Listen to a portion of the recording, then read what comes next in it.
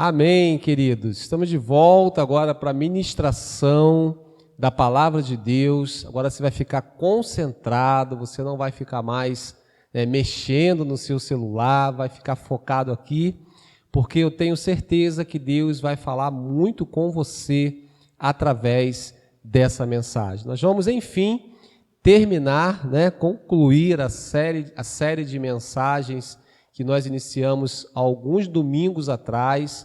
O que fazer depois da quarentena, o que fazer depois desse longo período de isolamento que nós ficamos e agora estamos retornando com todos os cuidados necessários, mas já retornamos, inclusive já estamos presencialmente aqui em nossa igreja aos domingos, 10 horas da manhã. Então nós temos estudado sobre isso e a referência base para essas mensagens é o texto onde descreve o momento do dilúvio. Na verdade, quando Deus ordena para que Noé construísse uma arca, dizendo que haveria chuva sobre a terra durante 40 dias e 40 noites, e Noé obedeceu essa direção de Deus, embora ele sendo até ridicularizado pelas pessoas, mas ele constrói a arca e um dia a chuva chega e chove, a Bíblia diz que chove intensamente 40 dias e 40 noites. E no final desse período, Deus começa a falar com Noé, e chega o momento exato de Noé sair da arca. E aí nós começamos a estudar, através dessas mensagens, o que é necessário fazer através da referência, através do exemplo do próprio Noé, ao deixar a arca, ao deixar a sua quarentena, ao deixar o seu isolamento. Na primeira ministração que nós compartilhamos, o tema foi fluir na presença do Espírito Santo. Não sei se você lembra, quando Noé solta a pomba a primeira vez, e a pomba, ela retorna trazendo uma folha de oliveira, e é da oliveira que é produzido o azeite, e o azeite na Bíblia, ele aponta para o Espírito Santo. E aí nós discorremos a importância de fluirmos no Espírito Santo. A segunda mensagem dessa série que nós ministramos, nós vimos a importância de construirmos altares para o Senhor. Noé, a primeira coisa que ele faz ao deixar a arca, ele constrói um altar para o Senhor e ele adora o Senhor. E esse foi a terceira mensagem, a importância de sermos adoradores. E hoje, na parte final, eu quero compartilhar com você, dentro dessa série, o tema da nossa mensagem de hoje, na verdade a quarta e a última parte dessa série. O tema é o seguinte: creia e tome posse da promessa. Vira aí para quem está com você, se você está com alguém na sua casa ou em algum lugar, e fala com essa pessoa de longe, de máscara, com todos os cuidados necessários. Fala assim: creia e tome posse da promessa. No versículo 1 do capítulo 9 do livro de Gênesis, diz assim: Deus abençoou Noé e seus filhos, dizendo-lhes: sejam férteis e multipliquem-se e encham a terra. Então você percebe que depois de todo esse processo, Deus, ele libera uma palavra de bênção, uma palavra de fertilidade sobre Noé e sobre todos os seus filhos. Por isso o tema dessa mensagem: creia e tome posse da promessa. A partir de então, depois que Noé constrói o altar e adora ao Senhor, essa promessa ela é liberada: sejam férteis, multiplique-se e encham a terra. A partir então dessa liberação, Noé precisava crer e tomar posse dessa bênção.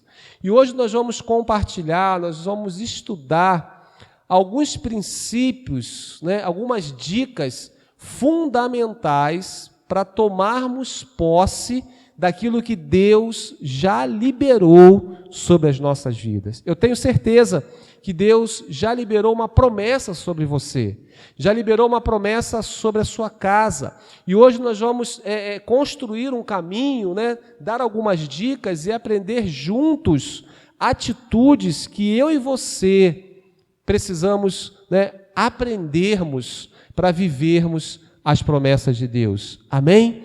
O autor de Hebreus, ele define fé lá no capítulo 11, no verso 1 do livro de Hebreus, diz assim: a fé é a certeza daquilo que esperamos e a prova das coisas que não vemos. Então, isso é fé, é você ter a certeza daquilo que você espera, ter a convicção de que vai acontecer, mesmo sem ter acontecido.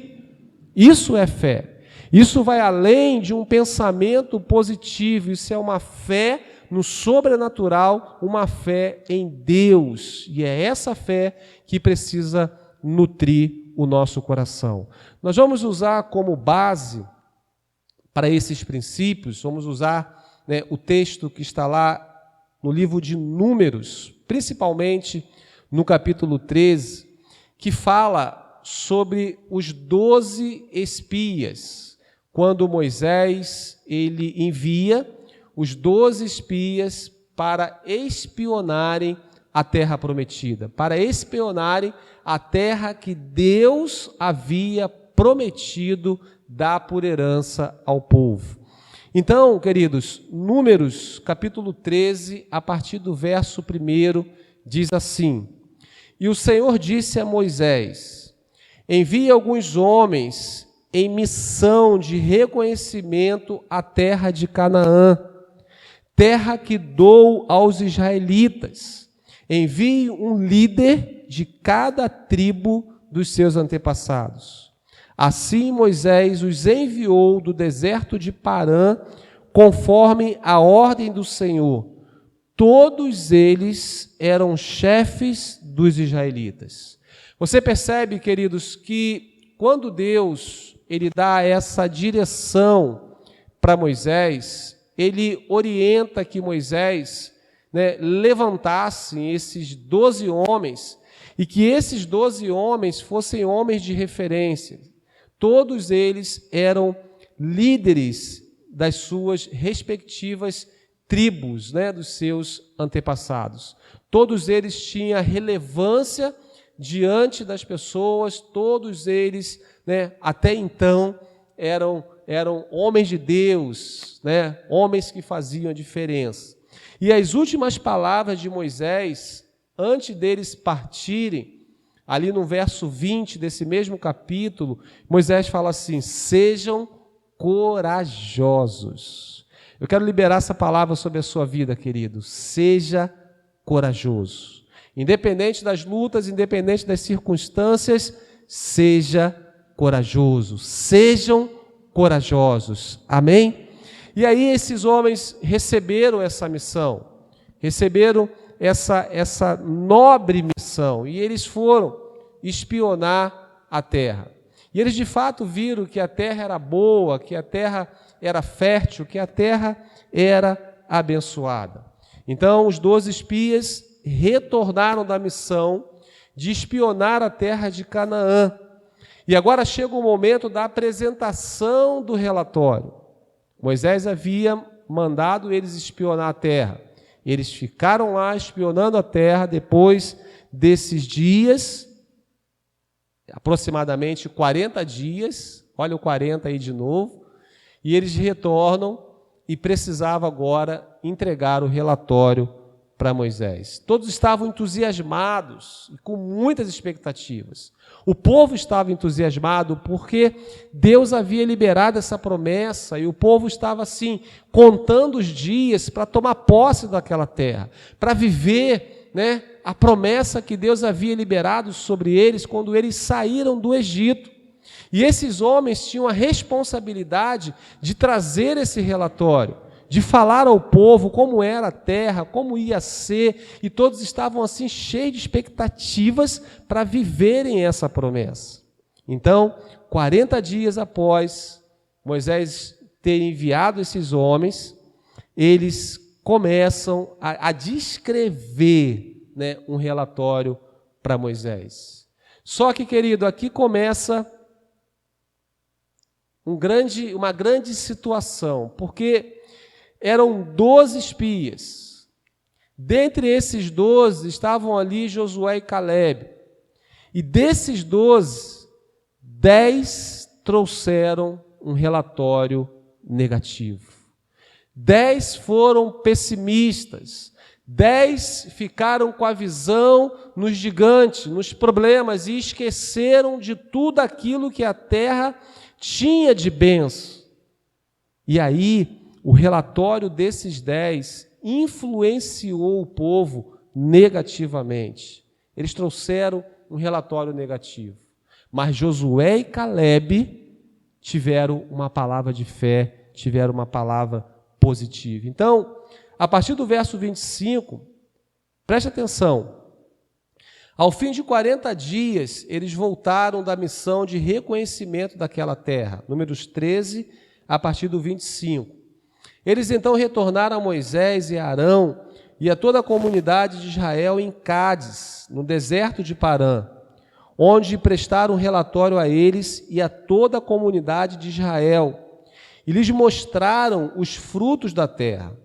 E deram o seguinte relatório a Moisés: entramos na terra a qual você nos enviou, onde manam leite e mel.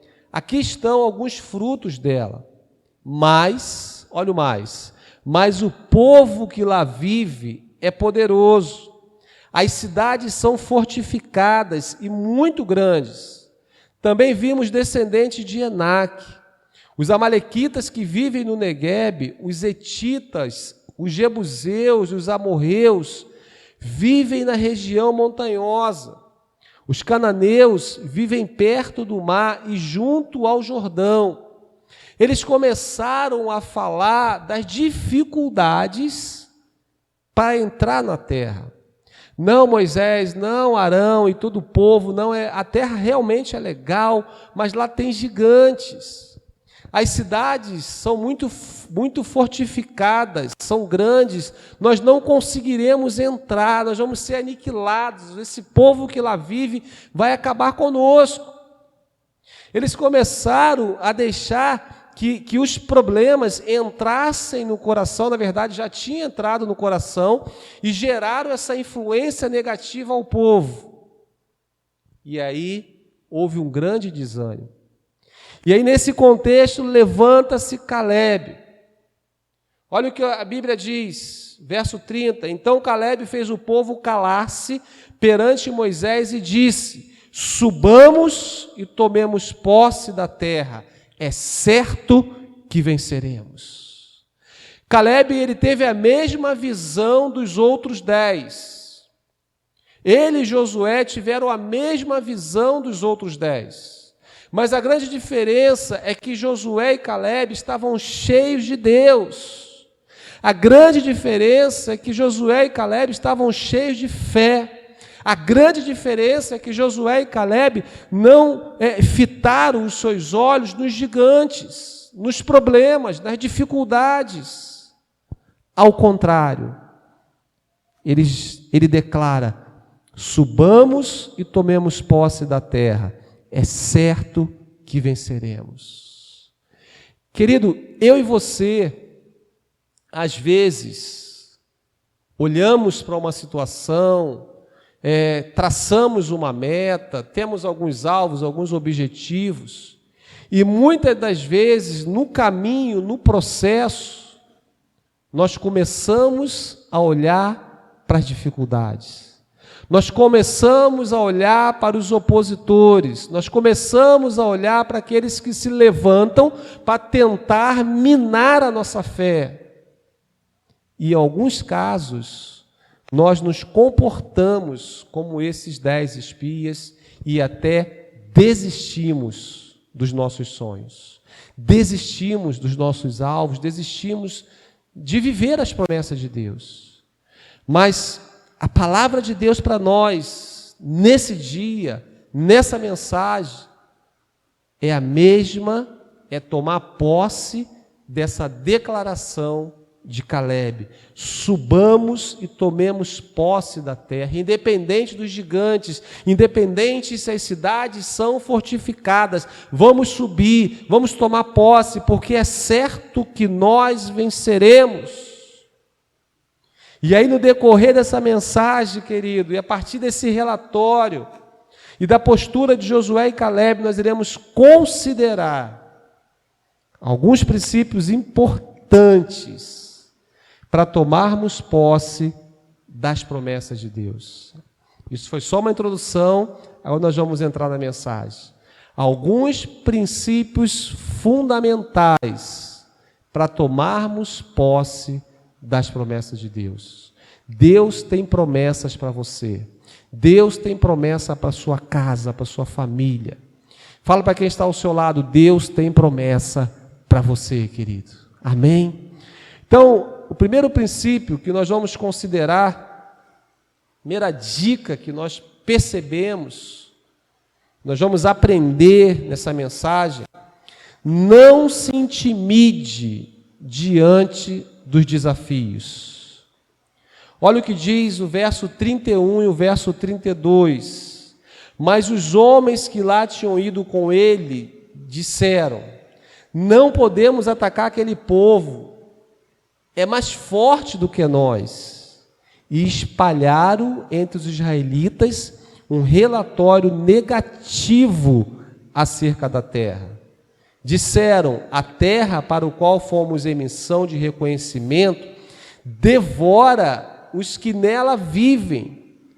Todos os que vimos são de grande estatura. Eles olharam só para as dificuldades, mas não olharam para as bênçãos. Eles esqueceram que havia uma promessa de Deus. Eles se intimidaram diante das dificuldades. Eles se intimidaram diante do desafio. Querido, no processo da vida, no processo de conquista, a gente vê isso, me lembro agora da história de José, me lembro agora de Neemias na reconstrução dos muros da cidade, e tantas outras que você pode lembrar aí, que em todo o processo de conquista, em todo o processo de reconstrução, existem os desafios, existem os opositores, existem aqueles que vão puxar para trás. Mas nós não podemos nos intimidar diante desses desafios. Os 10 espias começam com um relatório negativo. Eles só tiveram a visão do problema. Vou dar um exemplo para você. Olha para esse copo. Você consegue ver o nível da água desse copo?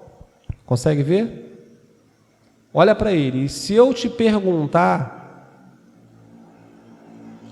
na sua visão, qual é o nível de água desse copo? Eu vou te pedir um relatório. Fala comigo. Qual o nível de água desse copo? Responde aí. Se você respondeu: pastor, está pela metade. Você está mentindo? Não, você não está mentindo. Está pela metade. Mas isso acaba sendo uma visão pessimista. Olha novamente. Olhou? Aí você vai responder agora: não, pastor, ele está quase cheio. O mesmo copo d'água, a água está no mesmo nível, mas o seu relatório agora foi diferente. Por quê? Porque você teve uma visão otimista. Você teve uma visão de fé. Ele não está pela metade. Ele não está quase vazio. Ele está quase cheio. E ele vai encher. Tudo é uma questão de visão. Tudo é uma questão de como nós olhamos para a situação.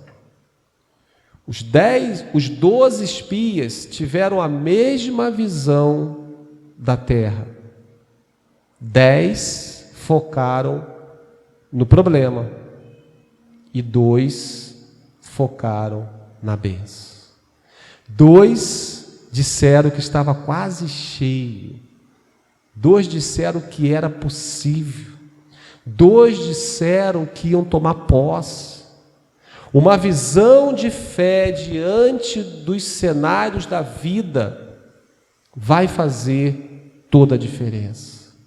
Uma visão de fé diante das circunstâncias vai fazer toda a diferença. Então, queridos, não se intimidem diante dos desafios. Amém? Então, agora vamos ao segundo princípio. Mas antes disso, Jesus nunca falou que seria fácil, mas que seria possível. Quando temos um espírito de fé, Deus pode nos ajudar a superar obstáculos aparentemente intransponíveis. Como eu li ainda agora no ofertório, Marcos 9, 23, que diz: tudo é possível àquele que crê. Ali estava um pai desesperado. O seu filho, desde pequeno, ele era possesso por demônios. Os demônios jogavam aquela criança no chão, aquele jovem no chão. Aquele pai já não sabia mais o que fazer. E ele leva os seus filhos até os discípulos. E os discípulos não conseguem resolver aquele problema. E eles chegam até Jesus. E Jesus fala isso para ele: tudo é possível àquele que crê. Tudo é possível àquele que crê. Amém? Então, queridos, vamos ao segundo aprendizado, ao segundo princípio, a segunda dica. Na primeira nós vimos a importância de não nos intimidarmos diante dos desafios. O segundo que eu quero compartilhar com você: não seja um murmurador. Isso é forte, hein? Não seja um murmurador. No capítulo 14 do livro de Números, verso 2 e 3, diz assim: todos os israelitas queixaram-se contra Moisés e contra Arão. E toda a comunidade lhes disse: quem dera tivéssemos morrido no Egito ou neste deserto, porque o Senhor está nos trazendo para esta terra só para nos deixar cair a espada. Nossas mulheres e nossos filhos serão tomados como despojo de guerra. Não seria melhor voltar para o Egito? Queridos, você percebe o nível de murmuração do povo? Eles murmuram a tal ponto de desejarem retornar para o Egito, de desejarem, de preferirem ter ficado lá no Egito ou mesmo retornar para o Egito. Eles começam a murmurar de tal maneira, a murmuração daquele povo fez algo assim, algo que trouxe uma consequência muito séria. Porque ninguém daquela geração entrou na terra prometida por causa da murmuração e por causa da desobediência. E por causa da murmuração e da desobediência também, um tempo que seria tão curto, eles ficaram 40 anos para chegar até a terra. Percebe? Consequências sérias da murmuração. Eu não sei se você conhece alguém que é murmurador. Você conhece alguém murmurador? Deixa eu falar uma coisa para você. As murmurações, elas abrem legalidades para que o velho homem ressuscite em nós. Então não seja um murmurador, não reclame da vida, não reclame das pessoas, não reclame das coisas, aprenda a dar graças a Deus em todas as coisas. Queridos, Deus tem nos suprido as nossas necessidades, Deus tem nos sustentado, Deus tem nos honrado, Deus tem nos abençoado, e nós precisamos glorificar o nome do Senhor. Mas de repente você pode estar falando assim, pastor, mas eu estou passando maior perrengue aqui, mas você está vivo. Você está vivo, você pode reverter essa situação, porque, querido, murmurações, reclamações, elas não resolvem o problema. O que vai adiantar ficarmos murmurando? Nós precisamos ter atitudes que mudem o cenário. Precisamos ter atitudes diferentes. Então não seja um murmurador, não seja alguém que reclame de tudo e de todos. Se está sol, reclama que está muito calor. Se está chovendo, reclama que está chovendo. Se está frio, reclama que está frio. Reclama de tudo. E quando nós reclamamos, nós abrimos brechas, para que o velho homem ressuscite em nós. Então não seja um murmurador. Olha o que Paulo fala aos Filipenses, no capítulo 2, de 13 a 16. Pois é Deus quem efetua em vocês, em nós, tanto querer quanto realizar, de acordo com a boa vontade dele. Façam tudo sem queixas, nem discussões, para que venham a tornar-se puros e irrepreensíveis, filhos de Deus, inculpáveis no meio de uma geração corrompida e depravada, na qual vocês brilham como estrelas no universo, retendo firmemente a palavra da vida. Assim, no dia de Cristo, eu me orgulharei de não ter corrido nem me esforçado inutilmente. Paulo, escrevendo à igreja em Filipos, olha só, não murmure, não reclame, façam todas as coisas, faça a diferença, para que quando o grande dia chegar, nós recebamos a recompensa. Porque os murmuradores, queridos, eles retardam as bênçãos de Deus sobre a sua própria vida, sobre sua própria casa. Olha o exemplo do povo que murmurou, retardaram a chegada na terra prometida. E aquela geração nem entrou na terra prometida, por causa da murmuração e por causa da desobediência. Então, segundo princípio, não seja um murmurador. O terceiro princípio nós vemos ainda no capítulo 14, no verso 6 ao verso 8, presta atenção. Josué, filho de Num, e Calebe, filho de Jefoné, dentre os que haviam observado a terra, rasgaram suas vestes e disseram a toda a comunidade dos israelitas: a terra que percorremos em missão de reconhecimento é excelente.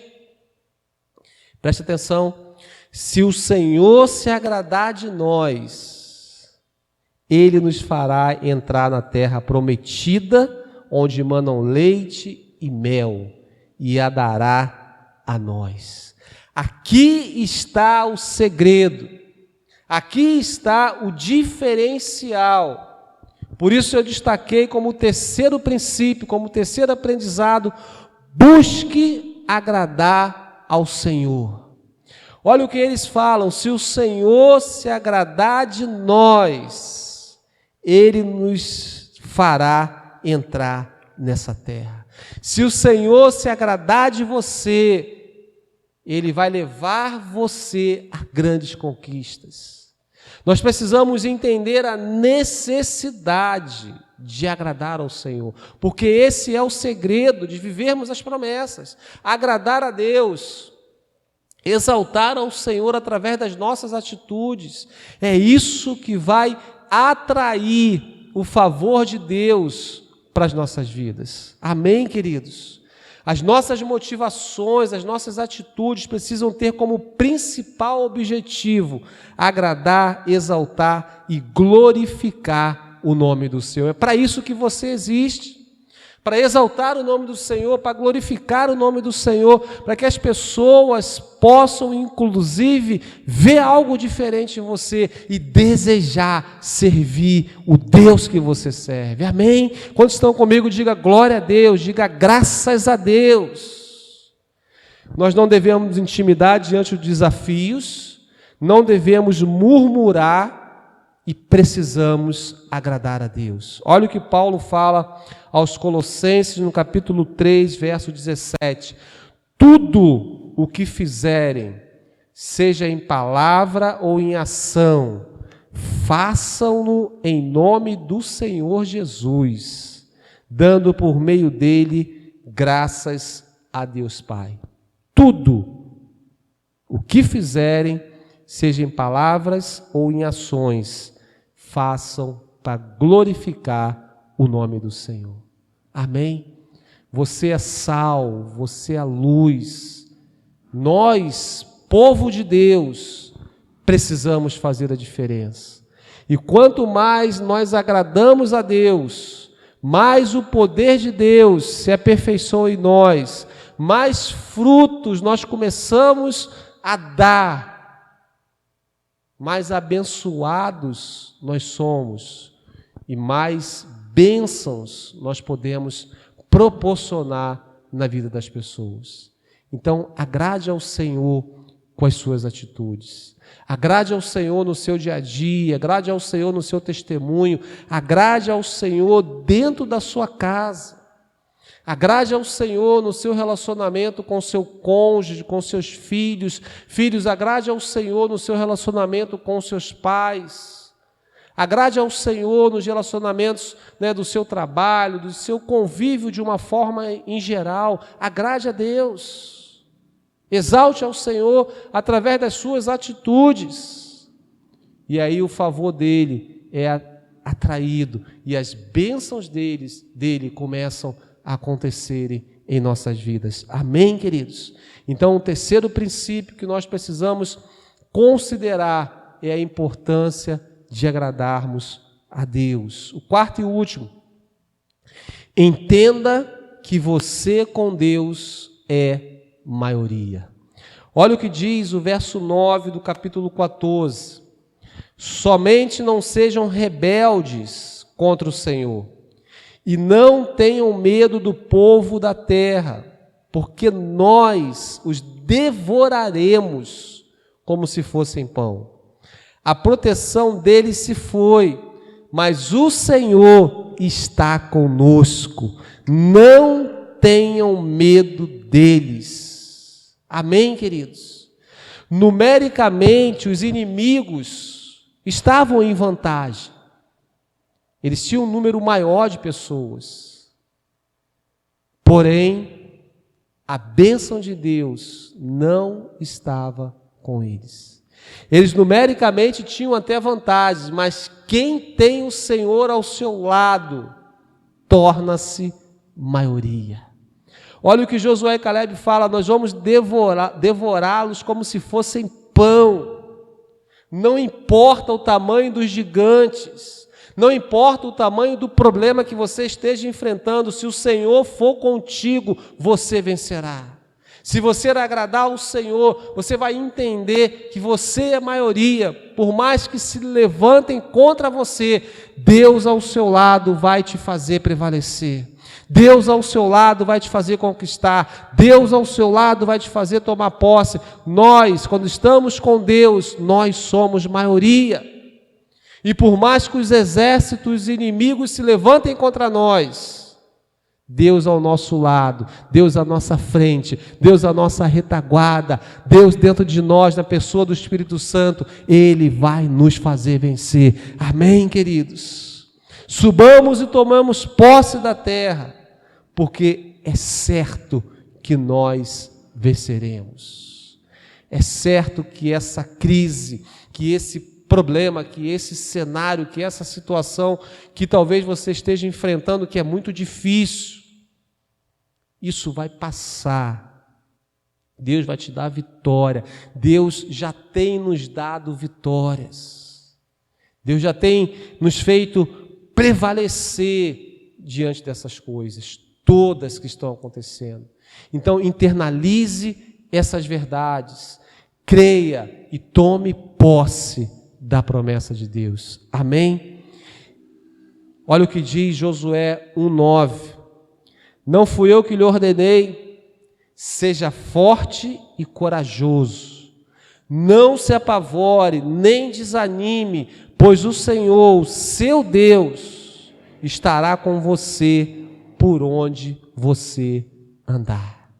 Eu queria que você virasse para a pessoa que está aí contigo e declarasse isso para ela. Seja forte e corajoso. Declare, não se apavore, nem desanime, pois o Senhor, o seu Deus, estará com você por onde você andar.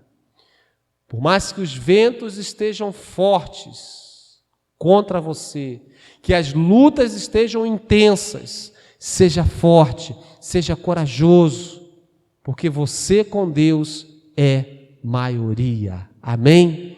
Eu quero concluir essa mensagem lendo Josué, capítulo 14, a partir do verso 7.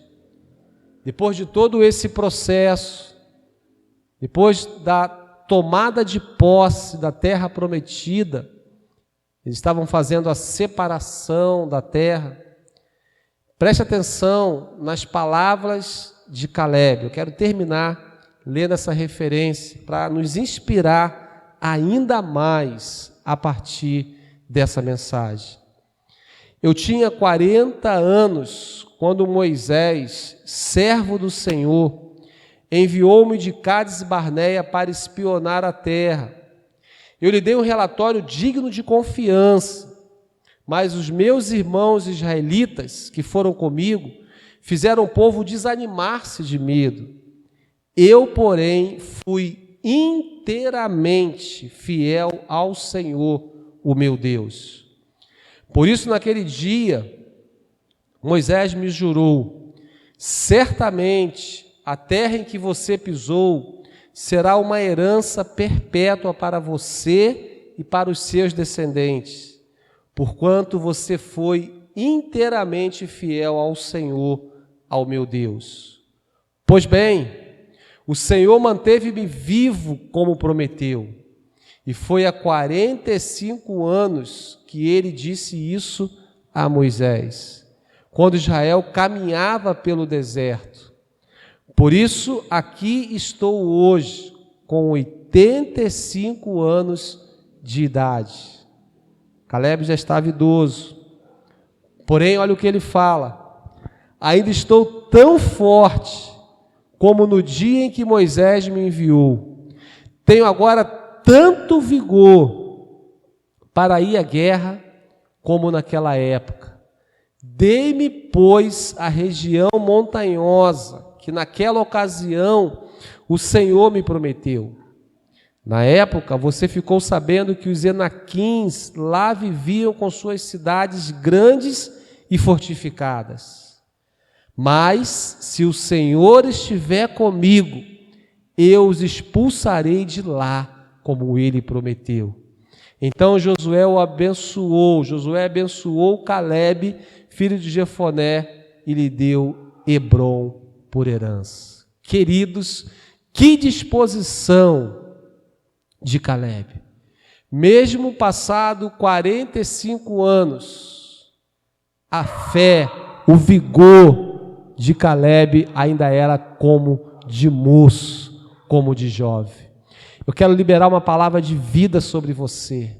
Eu quero liberar uma palavra de encorajamento sobre você. Não se proste, não desanime, não ache que já acabou, não ache que você não tem mais lenha para queimar. Se o Senhor estiver contigo, você ainda vai muito longe naquilo que Ele te prometeu.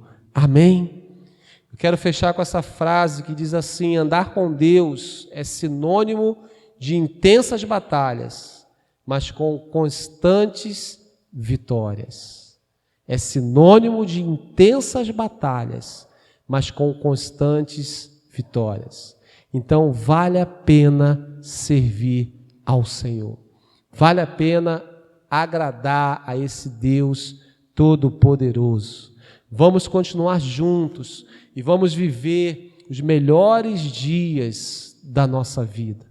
Se agradarmos a Deus, se Ele for conosco, é certo que nós venceremos. Amém? Vamos orar, por favor. Pai, nós te agradecemos por esse tempo tão especial. Agradecemos pela Tua palavra que é viva, que é poderosa. Que essa palavra venha gerar vida dentro de nós. Que essa palavra rema venha gerar vida dentro de nós. Deus, visita agora esse irmão, essa irmã. Visita essa família, Senhor, e manifesta o Teu poder sobre essa casa. Levanta, por favor, aquele que está caído. Dê ânimo àquele que está desanimado. Ó Deus, e que essa palavra de fé, de encorajamento, venha fortalecer, venha sacudir o meu irmão e a minha irmã, para que eles possam crer, para que eles possam tomar posse da promessa, das promessas que o Senhor tem na vida e na casa deles. Eu abençoo a sua vida, eu abençoo a sua casa, eu abençoo os seus sonhos, os seus projetos, em nome de Jesus. Amém e amém. Glória a Deus, aleluia. Você pode dar uma salva de palmas ao Senhor aí na sua casa. Que Deus te abençoe, que essa palavra venha nortear a sua semana e viva a melhor semana da sua vida, em nome de Jesus. Que a graça do Senhor Jesus, o amor de Deus, a comunhão e o poder do Espírito Santo seja com você, seja com sua família, não só hoje, mas por todos os dias da sua vida. Um beijo no coração, fique em paz.